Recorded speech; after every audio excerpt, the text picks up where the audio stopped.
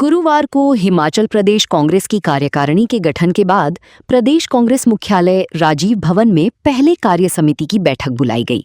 इस बैठक में शामिल होने के लिए हिमाचल कांग्रेस प्रभारी रजनी पाटिल शिमला पहुंची। वहीं बैठक में CM Sukhvinder Singh Sukhu, deputy CM Mukesh Agnihotri और अन्य मंत्री 2 बजे के बाद शामिल होंगे। इस मौके पर हिमाचल कांग्रेस प्रभारी रजनी पाटिल ने कहा कि बैठक में सरकार और संगठन के बीच समन्वय बनाने के लिए चर्चा होगी। साथ ही पार्टी नेताओं की शिकायतों पर भी सरकार के साथ चर्चा होगी। इसके अलावा कांग्रेस नेता आनंद शर्मा की नाराजगी के लेकर रजनी पाटिल ने कहा कि आनंद शर्मा पुराने कांग्रेस के नेता हैं और कांग्रेस के साथ रहेंगे। उन्होंने कहा कि पार्टी में काम करने वाले कार्यकर्ता का कभी-कभी नाराज होना स्वाभाविक है। रजनी पाटिल ने कहा कि कार्यकारिणी के गठन के बाद ये पहले कार्य समिति की बैठक बुलाई गई है।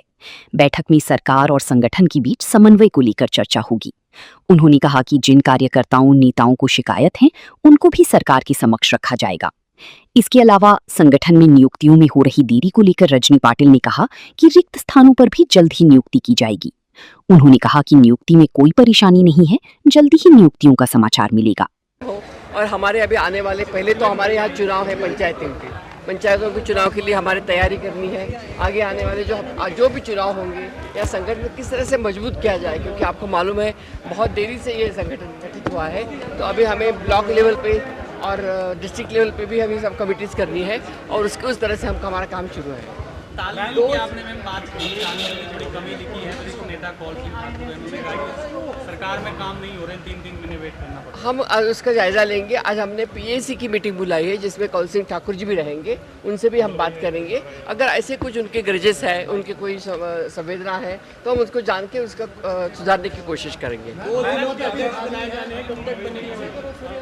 2 जिलों के अध्यक्ष भी अभी बनने, कब तक बन जाएंगे? वो प्रोसेस में है, जल्दी से जल्दी आपको पता चलेगा। परेशानी है क्या मैम उन जगहों पर, या कोई विवाद है क्या? कोई परेशानी नहीं है, सब ठीक हो जाएगा। चल रहा है और महिला आरक्षण बिल को लेकर लगातार जो है वो क्या कहेंगे? एक तो 2023 में महिला आरक्षण विधेयक मंजूर हुआ था, जो राज्यसभा में हम लोगों ने किया था। हम तो पायनियर है, Congress party is a Pioneer of women reservation. हम चाहते हैं कि इसको किया जाए, लेकिन करने से पहले जो फॉर्मेलिटी है, हमारा डिलिमिटेशन हो, हमारा सेंसस हो, उसके अनुसार किया जाए, क्योंकि 2011 के बाद हमारा सेंसस नहीं हुआ है। मैम भाजपा जो है डिलिमिटेशन 7 बिल आ रही थी, होनी चाहिए, कांग्रेस पार्टी का क्या सुना? नहीं तो हमारे यही, आज हमारी मीटिंग भी चल रही है अभी यहाँ पे, अभी पार्लियामेंट में अभी मिल आएगा। हमारा यही कहना है कि डिलिमिटेशन ये मुद्दा ही नहीं है, मुद्दा है महिला आरक्षण को ठीक सुचारू रूप से लाना। वो सुचारू रूप से लाने के लिए हम कोशिश कर रहे हैं।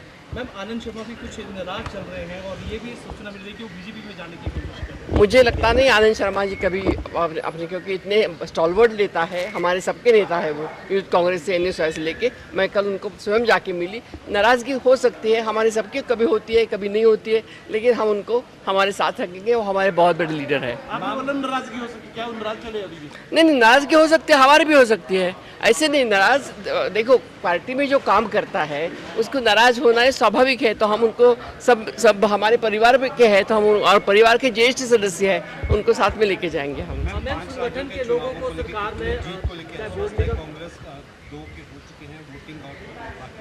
उसके लिए अभी मैं क्या बताऊँ, 23 तारीख को चुनाव है, ऐसा ज्योतिष थोड़ी हूँ मैं।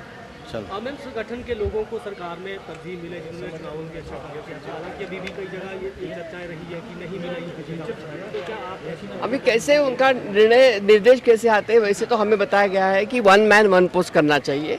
जिनको चेयरमैन बना दिया है उनको फिर संगठन में अभी मत ले लो, बाकी लोगों को चांस दे दो।